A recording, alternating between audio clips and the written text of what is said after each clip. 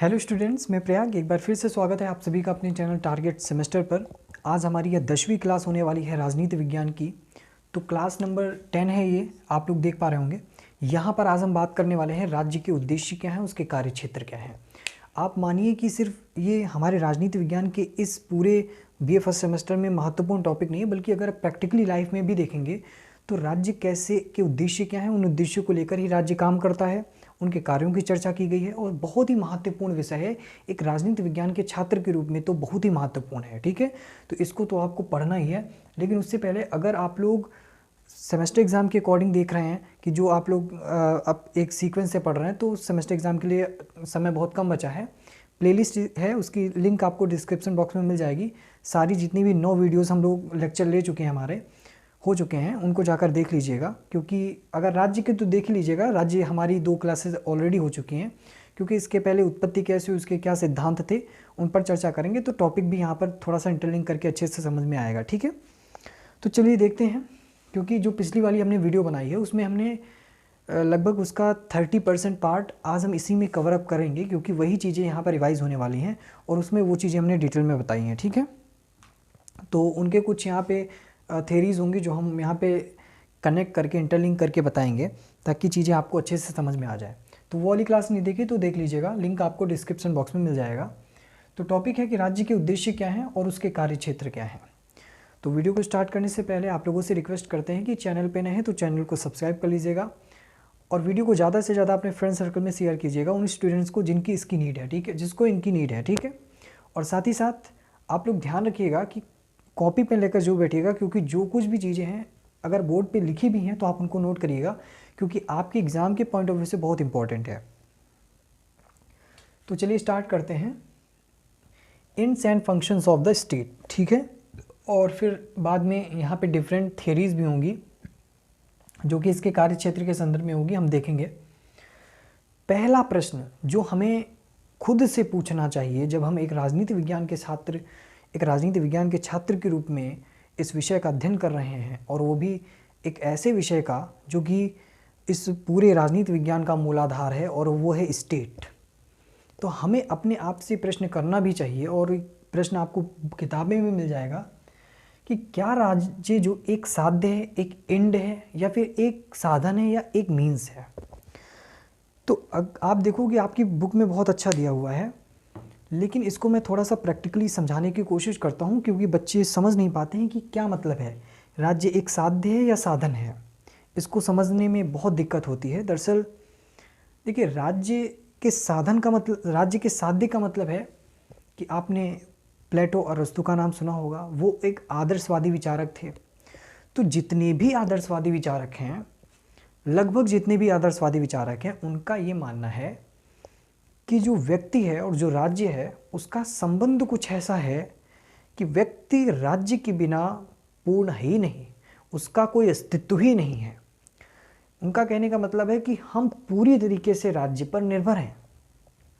अगर राज्य नहीं है और राज्य से अगर मनुष्य को अलग कर दिया जाए, व्यक्ति को अलग कर दिया जाए, तो उस व्यक्ति का कोई अस्तित्व ही नहीं है। तो ये विचारक ऐसे कहते हैं। इसका मतलब हुआ, इनका कहने का मतलब था कि पूरी तरीके से जो नैतिक विकास होता है वो राज्य में ही संभव है। जो भी हम क्रियाकलाप कर रहे हैं और जो भी हम नैतिक गतिविधियां कर रहे हैं, वो सब कुछ इस राज्य में संभव है। हम एक कुछ क्षण के लिए अपनी आवश्यकताओं की पूर्ति के लिए, अपनी भौतिक आवश्यकताओं की पूर्ति के लिए हम परिवार से मदद ले सकते हैं, हम समाज से मदद ले सकते हैं। लेकिन अगर हमें एक नागरिक बनना है और हमें अगर एक सद्गुणी व्यक्ति बनना है, सद्गुणी मनुष्य बनना है, तो वो तो भैया राज्य में संभव है। उसके बिना आप इस चीज़ की कल्पना ही नहीं कर सकते कि आपका कोई अस्तित्व है। ठीक है, अरस्तु ने कहा था कि राज्य का जो जन्म हुआ है वो जीवन में आवश्यकताओं के लिए हुआ है, लेकिन आज जीवन में सद्गुणी एक अच्छे जीवन के लिए वो अस्तित्व में बना हुआ है। तो इसका मतलब यही हुआ कि राज्य का होना अनिवार्य है। ठीक है, अपरिहार्य है, इसके बिना काम ही नहीं चल सकता। तो ये एक साध्य हुआ, यानी कि पूरी तरीके से निर्भरता। ठीक है, क्योंकि निर्भरता इस वजह से क्योंकि वो परिपूर्ण बना रहा है मनुष्य को। ठीक है, और मनुष्य का नैतिक विकास भी यहाँ से जुड़ा हुआ है। तो ये जो बात थी पहले साध्य वाली, ये तो क्लियर हो गई, यानी कि इंड है। एक एंड के रूप में काम करता है। अभी आपसे कोई कह दे कि आप फ़ोन चला लो थोड़ी देर, तो फ़ोन पर हम पूरी तरह निर्भर ही हो जाएं। मतलब ऐसा हो कि जब फ़ोन अगर ना हो तो हमारा कोई अस्तित्व ही नहीं है। एक ऐसी ऐसी कुछ बात कि अगर हमारे पास फ़ोन है तो हम देखते हैं कि कुछ लोग होते हैं कि 10-10 12-12 घंटे यूज़ किया ही करते हैं, तो उनके लिए अब ऐसा लगता है कि एक एंड हो गया है। मतलब जैसे कहते नहीं कि जो पैसा है वो एक साधन है, साध्य नहीं है। इसका मतलब हुआ कि आप पूरी तरीके से पैसे ही पर निर्भर हो, ठीक है। और अगर पैसा है तो आप हो, अगर पैसा नहीं है तो आप नहीं हो, कुछ ऐसी कल्पना, ठीक है। तो ये एक साध्य की परिभाषा हुई, एक प्रकार से इसको परिभाषित करने का प्रयास किया मैंने। आई होप कि मैं अपने दृष्टिकोण में जितना मैंने अध्ययन किया है ये साध्य सही है। फिर है साधन, मीन्स कुछ विद्वानों ने कहा कि साध्य तो नहीं हो सकता है लेकिन साधन हो सकता है। साधन वो कि जो कोई व्यक्ति है और व्यक्ति की जो आवश्यकता है राज्य उसकी पूर्ति कर रहा है एक साधन के रूप में, ठीक है। तो अगर हम मोबाइल फ़ोन का यूज़ कर रहे हैं तो वो हमारा साधन है, क्योंकि हमें स्टडी करनी होती है, तो जितनी हमें आवश्यकता है हमें वो आवश्यकता हमारी फुलफ़िल हो रही है, परिपूर्ण हो रही है उस साधन के माध्यम से। तो राज्य का भी वही है कि अगर समाज को लोक कल्याणकारी बनाना है, यदि समाज में कल्याण लाना है, यदि समाज का कल्याण करना है, तो जितने भी कार्य किए जाएंगे एक साधन के रूप में राज्य के माध्यम से किए जाएंगे। कोई संघर्ष हो, कोई विवाद हो, तो कुछ नियमों को बना करके उसको संतुलन में लाने का प्रयास किया जाएगा। ये सारे कार्य जो होते हैं वो राज्य के होते हैं, और ये सारे कार्य राज्य एक साधन के रूप में करता है, साध्य के रूप में नहीं करता है, ठीक है। तो ये कॉन्सेप्ट आई होप कि आप लोगों को क्लियर हुआ होगा। और इस टॉपिक को लेकर के राज्य एक साध्य है, साधन है, कुछ समय के लिए मैं भी भ्रमित रहता था इसमें, और फिलहाल मैंने अपने अध्ययन से जो पाया है और जो इसका अर्थ निकाला है वो तो आई होप कि समझ में आ रहा होगा, ठीक है। तो अगला पॉइंट हमारा यही है कि आखिरकार इसके उद्देश्य क्या है। जो मेन हमारे पूरा एक प्रकार से जिस चैप्टर को टाइटल है, जो टाइटल है चैप्टर का, उसी पर आ गए हैं कि आखिर उद्देश्य क्या है। और उद्देश्य राज्य का क्या है, ये उसकी उत्पत्ति क्या हुआ, उसके सिद्धांत क्या थे, इन सब से अपने ऊपर है, इन सब से ऊपर है, ठीक है। ये बहुत महत्वपूर्ण है। तो देखिए बहुत ही इजी है, कुछ समझना, ज़्यादा दिमाग लगाने की इसमें आवश्यकता नहीं है। चीज़ें लिखी हुई हैं, इनको बस हल्के से डिस्क्राइब करेंगे, और इनको जब डिस्क्राइब करने का हम प्रयास करेंगे तो स्वाभाविक है कि ये जहाँ तक उस सीमा को क्रॉस कर या उसको टच कर रहे होंगे तो उसका कार्यक्षेत्र होगा, ठीक है। और कार्यक्षेत्र को मैंने यहाँ पर दिखा भी दिया है। नंबर 1, सार्वजनिक सुख के लिए। सार्वजनिक का मतलब सभी के लिए, ठीक है। तो सभी के सुख के लिए यानी लोगों के कल्याण के लिए इसका उद्देश्य होता है कि लोगों का कल्याण करना। राज्य का उद्देश्य, जैसे मैंने बोला, एक साधन के रूप में राज्य का उद्देश्य है कि राज्य कल्याण करे लोगों का। तो सार्वजनिक सुख, ऐसे काम करे, ऐसी नीतियाँ बनाए राज्य जिनके माध्यम से लोगों को सुख मिले, ऐसा सुख मिले कि सबको मिले। ऐसा ना हो कि थोड़ों को मिला, थोड़ों को नहीं मिला, कुछ को मिला, कुछ को नहीं मिला। सार्वजनिक सुख, सभी को बराबर मिले और सुख मिले सभी को, ठीक है। तो कुछ ऐसी व्यवस्था सरकार करे, फिर है राज्य करे, राज्य का उद्देश्य होता है, ठीक है। फिर है शांति और व्यवस्था बनाए रखना।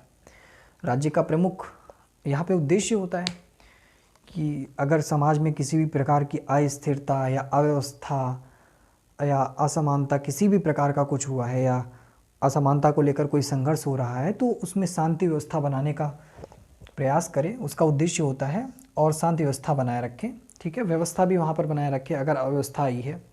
जैसे कोविड-19 में आप लोगों ने देखा होगा कि कैसे चीज़ें सब अस्त व्यस्त हो गई थी, चाहे वो भारत की अर्थव्यवस्था से लेकर कहीं भी हो, तो उन सबको मेंटेन करने का काम भी किया गया, ठीक है।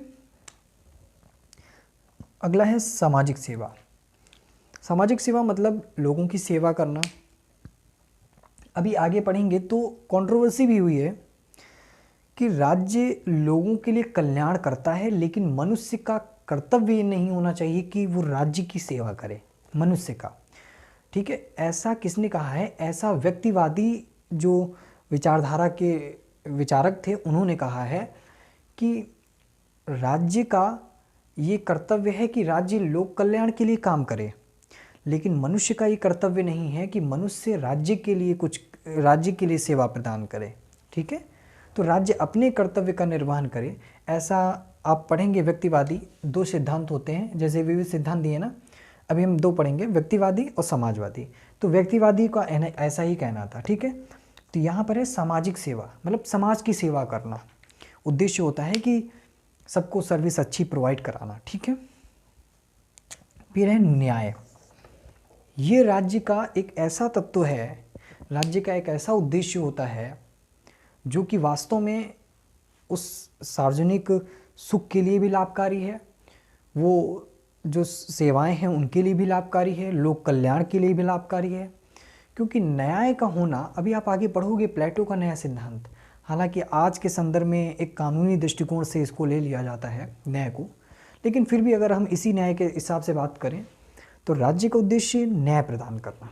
ये बहुत ही महत्वपूर्ण है, क्योंकि न्याय नहीं होगा जहाँ पे, वहाँ पे अस्थिरता और अव्यवस्था सब फैली ही रहेगी। तो न्याय का होना बहुत ज़रूरी है।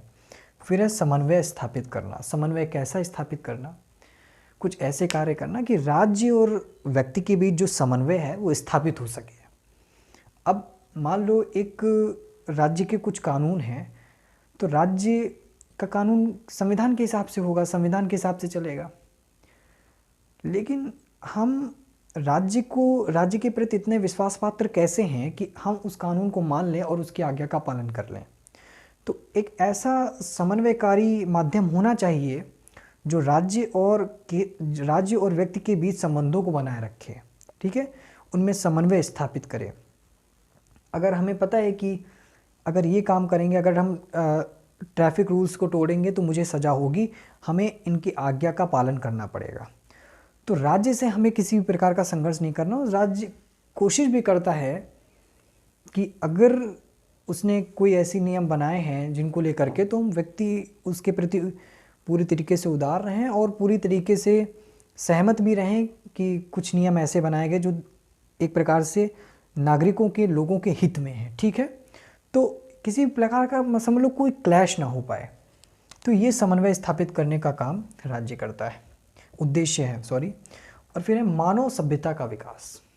सारी चीज़ें बड़ी इजी हैं। मानव सभ्यता का विकास, जो सिविलाइजेशन है, आप कहते हैं नहीं बड़ा सभ्य बच्चा है, तो उसी मानव सभ्यता का विकास करना है, जो मनुष्य की सभ्यता है, ठीक है। अब सभ्यता का विकास कैसे होता है? सभ्यता का विकास शिक्षण केंद्रों के माध्यम से होता है, समाज में जागरूकता फैलाने से होता है, ये सारी चीज़ों से होता है। तो मानव सभ्यता का विकास। फिर है सामरिक सुरक्षा। अब यह राज्य का उद्देश्य भी होता है कि हमें सुरक्षा भी चाहिए, ठीक है। आप देख रहे हो कि बॉर्डर पे जितने भी हमारे देश के जवान हैं लगे रहते हैं, तो ये सब कार्य राज्य के तो हैं। उद्देश्य भी होता है कि सबको सुरक्षित रखा जाए। अब पता चले कोई आके हमारे देश में आक्रमण कर रहा है, कोई युद्ध करना चाहता है, कहीं किसी ने एटम बम गिरा दिया, कहीं कुछ हुआ, तो देश सुरक्षित रहेगा तभी ये सारे तत्व यहाँ पर मौजूद रहेंगे, इनकी कल्पना की जा सकती है। जब तक देश ही नहीं सुरक्षित, जब तक लोग ही नहीं सुरक्षित हैं, तो इसकी कल्पना हम कैसे करेंगे, ठीक है। फिर अगला इसके कार्यों के बारे में। कार्य है कि बाहरी आक्रमण से रक्षा, वही बात हमने कही, ठीक है। बाहरी आक्रमणों से रक्षा, इसके कार्य होते हैं आंतरिक शांति व्यवस्था। एक तो बाहर क्या हो रहा है, अंतर्राष्ट्रीय कोई बाहरी देश या विदेशी हमारे ऊपर आकर आक्रमण ना कर दे, या पाकिस्तान के लोग आक्रमण ना करें, इन सब से सुरक्षा के लिए, यानी हमारी जो सुरक्षा चाहिए वो बाहरी आक्रमण से, बाहरी कोई हमारे ऊपर आक्रमण ना कर पाए। लेकिन साथ ही साथ हम आंतरिक शांति व्यवस्था भी बनाए रखनी चाहिए। अभी हमने देखा ये जो आपका आया था अग्निवीर वाला, इसको लेकर के कितना उपद्रव हुआ देश में, क्या ये ज़रूरी था, प्रश्न उठता है। तो ऐसी व्यवस्थाओं में जहाँ पे अराजकता, कुछ अराजक तत्व मौजूद होते हैं और देश में अस्थिरता लाने के प्रयास करते हैं, तो उन पर कैसे नियंत्रण रखा जाना चाहिए, ये भी एक आंतरिक शांति व्यवस्था का अंग है। तो हमें हमारे घर में भी शांति रहनी चाहिए, ठीक है। इसके बाद है न्याय प्रबंध करना। न्याय का प्रबंध करना, तो कार्य और उद्देश्य तो इनके रहते हैं, लेकिन कार्य इनके बन जाते हैं, ठीक है। टारगेट तो हम करते हैं कि चीज़ें करेंगे, लेकिन फिर वही उनके कार्य बन जाते हैं। न्याय प्रबंध करना मतलब न्याय का प्रबंध करना, किसी के साथ कोई भेदभाव ना हो सके, वही चीज़ें जो अभी मैंने यहाँ पर समझाई आपको।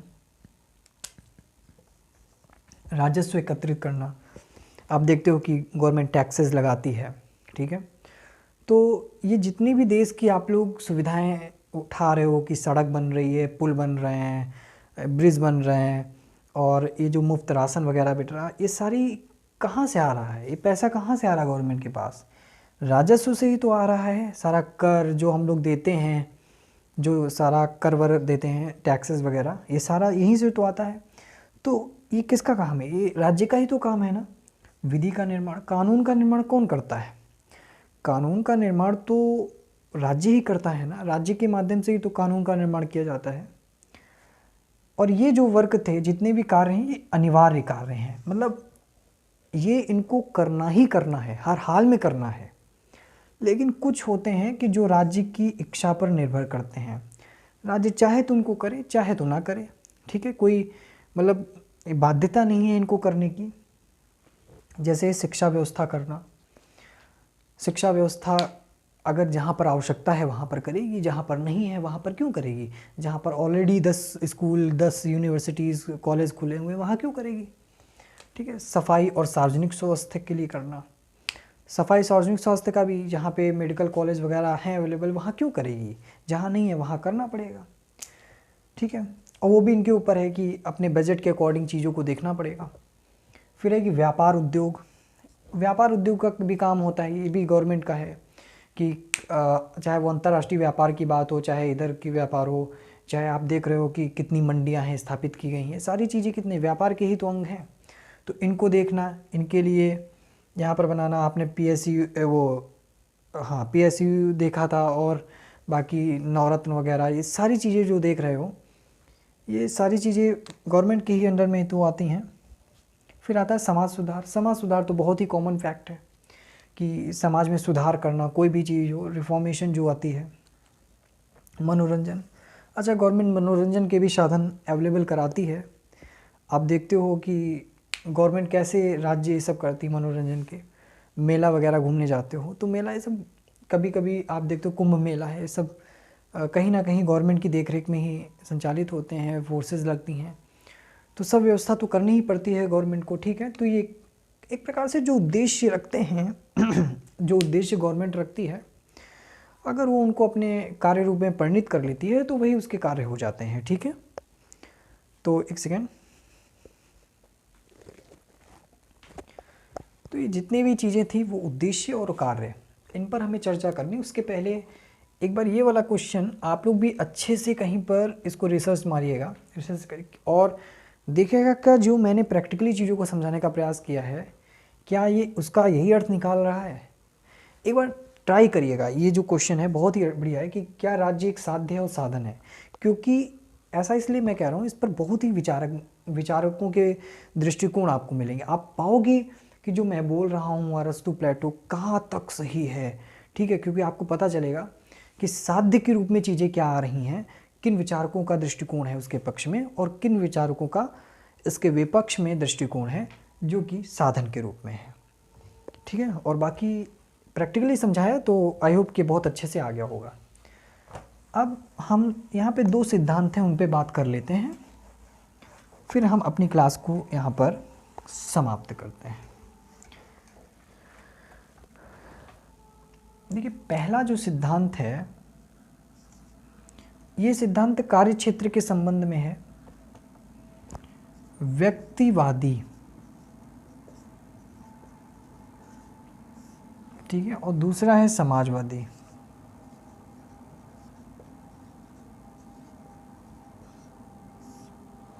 पहला है व्यक्तिवादी,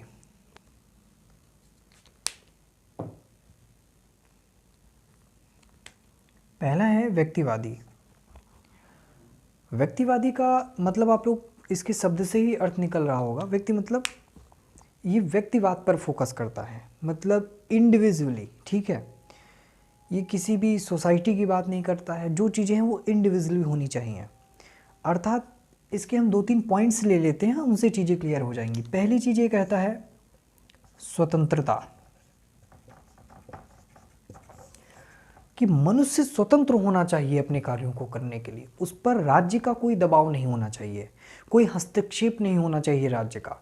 मनुष्य पूरी तरीके से स्वतंत्र होना चाहिए, ठीक है। मनुष्य क्या कार्य अपने लिए कर रहा है वो उसके ऊपर डिपेंड होनी चाहिए। मनुष्य को स्वतंत्रता होनी चाहिए अपने कार्यों को करने की, ठीक है। तो बहुत ये पूरा जो व्यक्तिवाद है इसी पर पूरा बेस्ड है, ठीक है।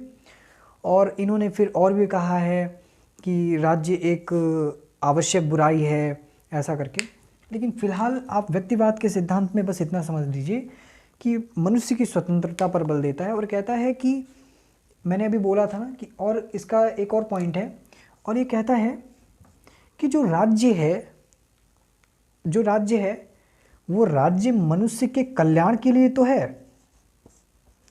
राज्य मनुष्य के कल्याण के लिए तो है, लेकिन जो मनुष्य है वो राज्य की सेवा करे ये अनुचित है, ठीक है। मनुष्य राज्य की सेवा नहीं करेगा, अर्थात मनुष्य अगर राज्य की सेवा करेगा तो ये एक अनुचित कार्य है। यानी इन्होंने ये बताना चाहा कि राज्य का कार्य है कि मनुष्य के लिए लोक कल्याण की भावना से कार्य किया करे, ठीक है। लेकिन मनुष्य का ये कार्य नहीं है कि जाकर राज्य की सेवा करे। इसका मतलब कि राज्य मनुष्य के लिए है लेकिन मनुष्य राज्य के लिए नहीं है। ये पूरा व्यक्तिवाद इसी पर है कि जो मनुष्य है वो राज्य के लिए नहीं है, राज्य मनुष्य के लिए है लेकिन मनुष्य राज्य के लिए नहीं है। मनुष्य सिर्फ अपने लिए है, मनुष्य के लिए है, बल्कि राज्य मनुष्य के लिए है, ठीक है। तो पूरा सारांश यही है, एक बार फिर से समझ लीजिए, इस लाइन को नोट कर लीजिए कि जो राज्य है वो मनुष्य के लिए है लेकिन मनुष्य राज्य के लिए नहीं है। तो व्यक्तिवाद पूरा इसी पर आधारित है, ठीक है, इसी पर आधारित बताया गया है और बाकी चीज़ें। फिर आते हैं समाजवादी। समाजवादी तो समझ ही रहे होंगे कि कोई भी कार्य व्यक्ति के पॉइंट ऑफ व्यू से, इंडिविजुअल के पॉइंट ऑफ व्यू से ना किया जाए, सोसाइटी के लिए किया जाए, समाज के लिए किया जाए, ठीक है। और वहाँ पर समाजवाद की जहाँ बात आती है वहाँ पर हस्तक्षेप राज्य का होता है, किसी ना किसी रूप में होता है, मतलब लगभग होता ही है। क्यों होता है? अच्छा, अब राज्य का हस्तक्षेप समाजवाद में इसका क्या लेना देना है? लेना देना यह है कि अगर राज्य हस्तक्षेप नहीं करेगा तो समाजवाद के जो उद्देश्य होते हैं कि समाज में समानता लाना, सभी के लिए, जो जैसे मान लीजिए पूंजीपति वर्ग है, जो पूंजीवादी है उसका उन्मूलन करना, और जो लोग आप देखते होंगे जमींदार होंगे, जमींदारों से जो ज़मीन होती है वो लेकर के किसानों को बांटना, समानता लाना, ठीक है। कोई भी कार्य किया जा रहा है समाज में वो सार्वजनिक रूप से किया जा रहा है सबके लिए, कोई एक इंडिविजुअली यहाँ पे पर्सन नहीं है, सभी को अपनी संपत्ति रखने का अधिकार, मतलब सभी को जो काम हो रहा है वो समाज के दृष्टि से हो रहा है, ठीक है। तो ये जो कार्य क्षेत्र के अंतर्गत है समाजवादी दृष्टिकोण था। तो व्यक्तिवादी जो सिद्धांत है और जो समाजवादी सिद्धांत है वो यहाँ पर कहता है, ठीक है। लेकिन एक चीज़ ये बोलता है, तो पहला उन्होंने क्या बोला था कि राज्य मनुष्य के लिए है, मतलब कि मनुष्य राज्य के लिए नहीं है। लेकिन इसका कहना है कि जो मनुष्य है वो भी राज्य के लिए है, ठीक है, क्योंकि मनुष्य का कहीं ना कहीं योगदान है। अगर आप किसी के प्रति उदार हो, तो अगर आप किसी को समाज का अंग मानते हो, तो अगर मान लीजिए कि मैं चाहूँ कि मेरे ही अधिकार हैं, लेकिन आपको ये भी समझना है ना कि दूसरों के भी अधिकार होते हैं, और अगर आप अपने अधिकारों को पाने के लिए किसी का उल्लंघन नहीं करोगे, किसी दूसरे के अधिकारों का, ठीक है, या उसकी अवहेलना नहीं करोगे, तो ये है समाजवाद, जो समाज के दृष्टिकोण से काम किया जा रहा है, सभी के दृष्टिकोण से काम किया जा रहा है।